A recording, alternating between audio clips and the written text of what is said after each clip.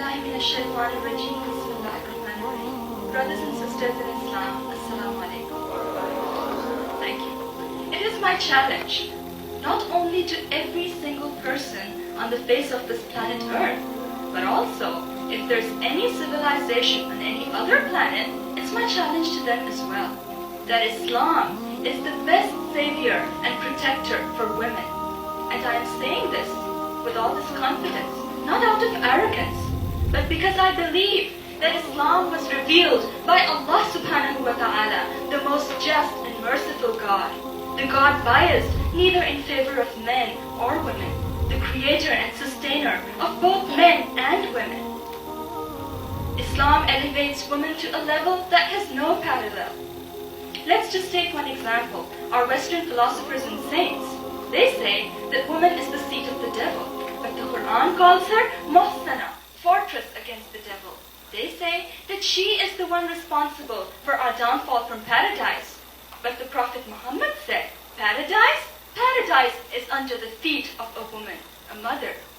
And that's not all. She has been given rights and protection in every sphere of life. She has all the basic human rights, including the right of inheritance, of owning property, of choosing her husband, of getting dowry, of divorce, of not only earning money, but even keeping every single cent she earns. And what not. You name it, and it's there. But let me make it clear that this earning money thing, in Islam, it is not the responsibility of a woman. Her responsibility, her duty, is with Allah and with her family.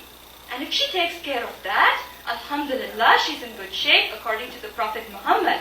That's enough for her salvation. But this does not mean that her duty is to slave away at home like a bondsmaid. This was at least not the practice or the teaching of our Prophet Muhammad or his companions. Once, a man came to the Caliph Umar bin Khattab. He wanted to complain about his wife. He was standing outside the Caliph's house, and from inside, he could hear Caliph Umar's wife giving him a hard time.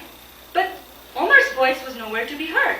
He thought, well, looks like the poor Caliph is in the same torment I am. He started going back.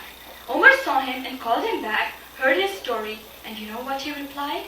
He said, do you not see that my wife cooks my food, washes my clothes, suckles my children, thus relieving me of the necessity of employing a cook, a washerman, and a nurse, even though she is not in the slightest degree responsible for this.